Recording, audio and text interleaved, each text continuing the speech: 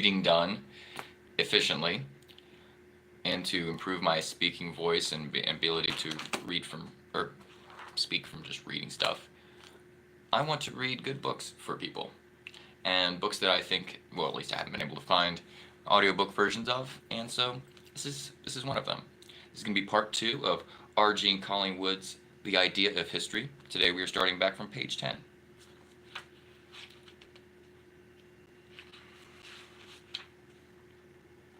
This little part right here, number 3, or whatever this is. The idea of history, which I have just briefly restarting. The idea of history, which I have just briefly summarized, belongs to modern times. Before I proceed into part 5 to expound and elaborate this idea in more detail, I propose to cast light upon it by investigating its history. Historians nowadays think that history should be a science, or an answering of questions, b, concerned with human actions in the past, c, pursued by interpretation of evidence, and d, for the sake of human self-knowledge. But this is not the way in which people have always thought of history. For example, a recent author writes of the Sumerians in the 3rd millennium before Christ. Quote, historiography is represented by official inscriptions commemorating the building of palaces and of temples. The theocratic style of the scribes attributes everything to the actions of the divinity, as can be seen from the following passage, one of many examples. End quote. New quote. A dispute arises between the kings of Lagash and the kings of Umma about the boundaries of their respective territories. The dispute is submitted to the arbitration of Mesilim, the king of Kish, and is settled by the gods of whom the kings of Kish, Lagash, and Umma are merely agents or ministers. Quote, upon truthful word of the god Enlil, king of the territories, and the god Nirgisu, and the god Shara, deliberated. Mezalim, the king of Kish, at the behest of this god, Gu Selim, erected in this, it's getting little brackets, place a stela. Ush, Isag of Umma, acted in accordance with his ambitious designs. He removed Mezalim's stela and came to the plain of Lagash. At the righteous word of the god Ningirsu, warrior of the god Enlil, a combat with Umma took place. At the word of the god Enlil, the great divine net laid low the enemies, and the funerary tells us they were placed in their stead in the plain. End quote. Monsieur Jean, it will be noticed, says not that the Sumerian historiography was this kind of a thing, but that in the Sumerian literature, historiography is represented by this kind of thing. I take him to mean that this kind of thing is not really history, but is something in a certain ways resembling history. My commitment on this would be as follows. An inscription like this expresses a form of thought which no modern historian would call history, because in the first place, it lacks the character of science. It is not an attempt to answer a question of whose answer the writer begins by being ignorant. It is merely a record of something the writer knows for a fact. And in the second place, the fact recorded is not certain actions on the part of human beings, it is a certain action on part of the gods. No doubt these divine actions resulted in the actions done by human beings, but they are conceived in the first instance not as human actions, but as divine actions. And it is to that extent that the thought expressed is not historical in respect of its object, and consequently it is not historical in respect of its method, for there is no interpretation of evidence, nor is there respect of its value, for there is no suggestion that its aim is either to further human self-knowledge. The knowledge furthered by such a record is not, nor at any rate is it not primarily, man's knowledge of man, but man's knowledge of the gods. From the writer's point of view, therefore, this is not what we call an historical text. The writer was not writing history, he was writing religion. From our point of view, it can be used as historical reference, since modern historian with his eye fixed on human res gesti can interpret it as evidence concerning actions done by Muslim and Ush and their subjects. But it only acquires its character as historical evidence posthumously, as it were, in virtue of our own historical attitudes towards it. In the same way which prehistoric flints or Roman pottery acquired the posthumous character of historical evidence. Not because men who made them thought of them as historical evidence, but because we think of them as historical evidence. The ancient Sumerians left behind them nothing at all that we would call history. If they had such things as an historical consciousness, they would have left no record of it. By the way, this is an old book written in the 60s, so there's been a lot more archaeological research since then, just a caveat. So I don't exactly agree with the author, I'm just reading the book. We may say that they have had such a thing. To us, the historical consciousness is so real and all-pervasive a feature of life that we cannot see how anyone could have lacked it. But whether we are right to argue is very doubtful. If we stick to the facts as revealed to us by the documents, I think we must say that the historical consciousness of the Sumerians is what scientists call an occult entity, something which the rules of scientific method forbid us to assert on the principle of Occam's razor, that entia non sunt multiplicanda praeter necessitatem. Don't multiply ideas unnecessarily. It doesn't translate that. I think that's what it means. For 4,000 years ago, then, our forerunners in civilization did not possess what we call the idea of history.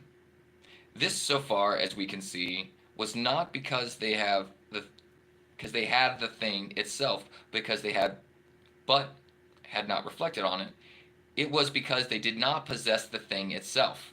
History did not exist. There existed instead something which in certain ways resembled what we call history. But this one differed from what we call history in respect of every one of the four characteristics which we have identified in history as exists day to day. History as it exists day to day, therefore, has come into existence in the last 4,000 years in Western Asia and Europe. How did this happen? By what stages has the thing called history come into existence? What is the question to which a somewhat bald and summary answer That is the question to which a somewhat bald and summary answer is offered in parts 1 through 4. That was the end of the introduction. Part 1. Greco-Roman historiography, theocratic history and myth. Subsection 1. By what steps and stages did the modern European idea of history come into existence? Since I do not think that any of these stages occurred outside of the Mediterranean region, that is, Europe, the Near East from the Mediterranean to Mesopotamia, and the northern African coastlands, I am precluded from saying anything about historical thought in China or any other part of the world except the region which I have mentioned. I'm assuming that's because the author is most familiar with that. I have quoted one example of early Mesopotamian history from a document of around about 2500 BC. I say history, but I ought to rather say quasi-history, because, as I have pointed out, the thought expressed in this document resembles what we call history in making statements about the past, but differs from it first, and that these statements are not answers to questions, not fruits of research, but merely assertions of what the writer already knows. And secondly, what the deeds are recorded are not. Secondly, the deeds recorded are not human actions, but in the first instance, at any rate, divine actions. The gods are conceived on the analogy of human sovereigns, directing the actions of kings, and the chiefs as directed the actions of their human subordinates. The hierarchical system of government is carried upwards by a kind of extrapolation. Instead of the series subject, lower official, higher official, king, we have the series subject, lower official, higher official, king, god. Whether the king and the god are sharply distinguished so that the god is conceived as the real head of the community and the king as his servant, or whether the king and the god are somehow identified, the king being conceived as an incarnation of the god, or at any rate as in some way or other divine, not merely human. It is a question into which we do not need. Damn, this guy writes in such a weird way. To speak, at least. However we answer it, the result will be that the government is conceived theocratically. History of this kind I propose to call theocratic history, in which phrase history does not mean history proper, that is scientific history, but a statement of known facts for the information of persons to whom they are not known, but who, as worshippers of the God in question, ought to know the deeds whereby he made himself manifest. There is another kind of quasi-history, of which we find examples in Mesopotamian literature, namely the myth. Theocratic history, although it is not primarily the history of human actions, is nevertheless concerned with them in the sense that divine characters in the story are superhuman rulers of human societies, whose actions, therefore, are actions done partly to the societies and partly through them. In theocratic history, humanity is not an agent, but partly an instrument and partly a patient of the actions recorded. Moreover, these actions are thought of as having definite place in a time series, as occurring at dates in the past. Myth, on the contrary, is not concerned with human actions at all. The human element has been completely purged away, and the characters of the story are simply gods. The divine actions that are recorded are not dated events in the past. They are conceived as having occurred in the past, indeed, but in a dateless past which is so remote that the so-called beginning of things. So remote that nobody knows when it was. It is outside all our time reckonings and called the beginning of things. Hence, when a myth is couched in somewhat temporal shape, it is because it relates events of which follows another in a definite order. The shape is not strictly speaking temporal, it is quasi-temporal.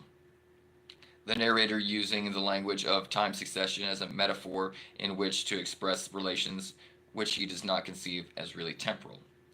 The subject matter, which is thus mythically expressed in the language of temporal succession, is in myth proper, the relation between various gods or various elements of divine nature. Hence, myth proper has always the character of theogony. For example, let's consider the main outline of the Babylonian poem on the creation. We have it in a text of the 7th century, but this professes to be, and doubtless is, a copy of a very much older text, probably going back to the same period as the document which I have already quoted. The poem begins at the origin of all things. Nothing exists yet, not even the gods. Out of nothingness appears the cosmic principles, Apsu, fresh water, and Tiamat, salt water. The first step in theogony is the birth of Mumu, the firstborn son of Apsu and Tiamat. The gods increase and multiply, and then become rebellious against this original divine triad. Apsu decides to destroy them, but the wise Ea triumphs by use of magic. He casts a powerful spell upon the waters, Apsu's element, puts his ancestors to sleep, and makes Mumu captive. Tiamat now plans to avenge the conquered. She marries Quingu and makes him head of her army, and confides to his care the tablets of fate. Ea, divining her plans, reveals them to the ancient god Anshar. At first, Tiamat triumphs over this coalition, but now rises Marduk, who challenges Tiamat to a single combat, kills her, cuts her body in two like a fish, and makes out of one half of the heavens, in which he places the stars, and out of the other he makes the earth. Out of Marduk's blood, man is made. These two forms of quasi-history, theocratic history and myth, dominated the whole Near East until the rise of Greece. For example, the Moabite stone, 9th century BC, is a perfect document of the theocratic history, showing that little change had taken place in that form of thought for between 1 and 2 millennia. I am Mensha, son of Chemosh, king of Moab. My father was king over Moab 30 years, and I became king after my father. And I made this high place for Chemosh. And for he saved me from my downfall and made me triumph over my enemies. Omri, king of Israel, was the oppressor of Moab for many long days because Chemosh was angered against his country. His son succeeded him, and he also said, I will oppress Moab. It was in my day that he said it. And I triumphed over him and his house. Israel perished forever. And Omri took possession of the land of Meheddeba and lived there during his life and half his sons' lives, 40 years. But Chemosh restored it to us in my lifetime. Or again, here's a quotation from the account put into the mouth of Esarhaddon, king of Nineveh, early in the 7th century BC, of his campaign against the enemies who had killed his father Sennacherib. Quote, the fear of the great gods, my lords, overthrew them. When they had beheld the rush of my terrible battle, they were beside themselves. The goddess Ishtar, goddess of battle and of fighting, she who loves my priesthood and remained at my side and broke their line. She broke their battle line, and in their assembly they said, it is our king. End quote. The Hebrew scriptures contain a great deal of both theocratic history and myth. From the point of view from which I am now considering these ancient literatures, the quasi-historical elements of the Old Testament do not greatly differ from corresponding elements in Mesopotamian and Egyptian literature. The main difference is that whereas the theocratic element in these other scriptures is on the whole particularistic, in the Hebrew scriptures it tends to be universalistic. I mean, the gods whose deeds are recorded in these literatures are on the whole regarded as divine heads of their particular societies. The God of the Hebrews is certainly regarded as, in a special sense, the divine head of the Hebrew community, but under the influence of the prophetic movement, that is, from about the middle of the 8th century onwards, they came to conceive him more and more as the divine head of all mankind, and therefore expected him to no longer protect their interests against those of particular societies, but to deal with them according to their deserts, and to deal with other particular societies in the same way. In this tendency away from peculiarism in the direction of universalism affects not only the theocratic history of the Hebrews, but also their mythology. Unlike the Babylonian creation legend, the Hebrew creation legend contains an attempt, not indeed a very well thought out attempt, for every child, I suppose, has to ask the elders the unanswerable question, who was Cain's wife? But in an attempt to account not only for the origin of man, but in general for the origin of various peoples into which mankind, as known to the authors of the legend, was divided.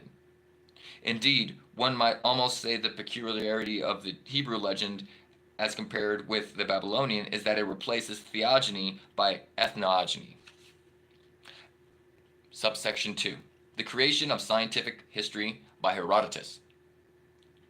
As compared with all this, the work of the Greek historians, as we possess it in detail in the 5th century historians, Herodotus and Thucydides, takes us into a new world. The Greeks quite clearly and consciously recognize both that history is or can be a science, and it has to do with human beings.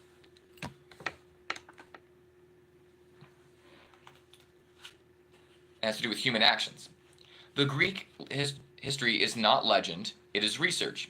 It is an attempt to get answers to definite questions about matters of which one recognizes oneself as ignorant. It is not theocratic, it is humanistic. That's underlined on this too. The matters inquired into are not ta thea, they are ta anthropina. Ta anthropina. Okay. Sorry, they have some stuff in like Greek and Latin on here that takes me a little bit to read. Therefore, it is not mystical. The event inquired into are not events in the dateless past, but at the beginning of things. They are events in the dated past a certain number of years ago. This is not to say that legend, either in the form of theocratic history or in the form of myth, was a thing foreign to the Greek mind. The work of Homer was not research, it is legend. And to a great extent, it is theocratic legend. The gods appear in Homer as intervening in human affairs in a way not very different from the way in which they appear in the theocratic histories of the Near East. Similarly, Hesiod has given us an example of myth. Nor is it to say that these legendary elements, theocratic or mythical, as the case may be, are entirely absent from the classical works of the 5th century historians. F.M. Cornford and his Thucydides Mythhistoricus in London, 1907, drew attention to the existence of such elements even in the hard-headed and scientific Thucydides. He was, of course, perfectly right, and similar legendary elements are notoriously frequent in Herodotus. But what is remarkable about the Greeks was not the fact that their historical thought contained a certain residue of elements which we should call non-historical, but the fact that side by side with these, it contained elements of what we call history. The 4 characteristics of history, which I enumerated in the introduction, were A, that it is scientific, or begins by asking questions, whereas the writer of legends begins knowing something and tells us what he knows. B, that it is humanistic, or asks questions about things done by man at determinate times in the past. C, that it is rational, or bases answers which it gives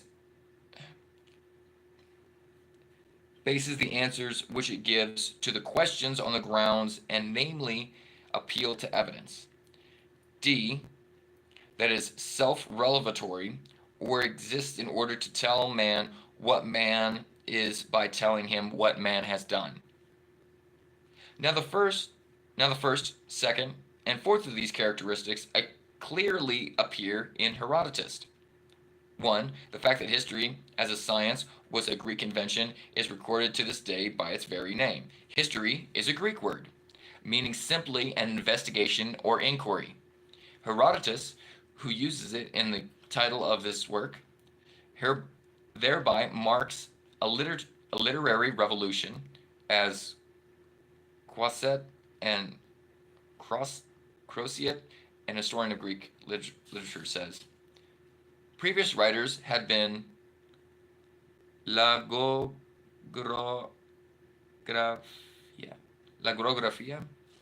Oh, lagographer? I don't know what that means.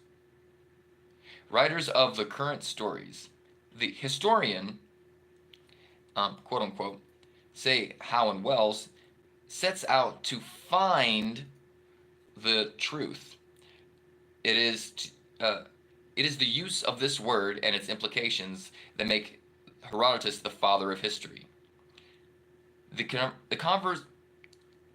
conversion of legend writing into science of history was not native to the Greek mind. It was a 5th century invention, and Herodotus was the man who invented it. 2. It is equally clear that history for Herodotus is a humanistic as distinct from either mythical or theocratic. As he says in his preface, his purpose is to describe the deeds of men. 3.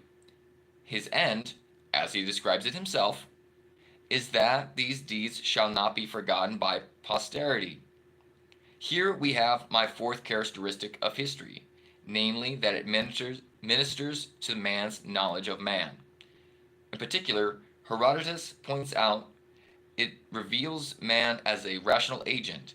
That is, its function is partly to discover what men have done and partly to discover why they have done it.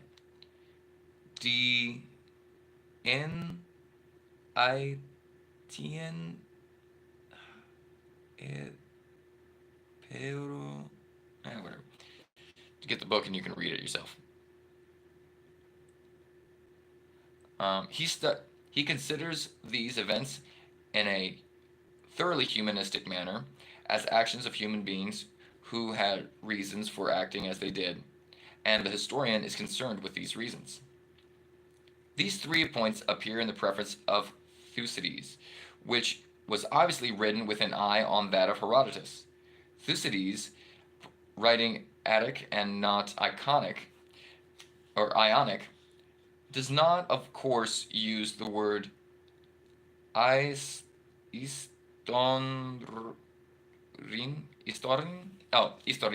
history, but he refers to it in other terms, making it clear that he is no longer a logographer, but a scientific student, asking questions instead of repeating legends.